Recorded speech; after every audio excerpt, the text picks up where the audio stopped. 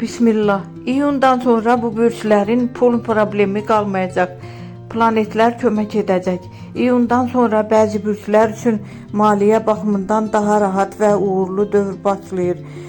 Planetlərin mövqeyi xüsusilə bu bürclərə dəstək verə bilər. Şir, iyun ayından sonra gəlir imkanları artacaq. Yeni iş təklifi, əlavə qazanc və ya uzun müddət gözlənilən pulun gəlməsi mümkündür. Risk etdikləri işlərdən də qazanc çıxa bilər. Boğa, pul axını güclənir, xüsusilə iş, torpaq, əmlak və ya ticarətlə bağlı fürsətlər yarana bilər.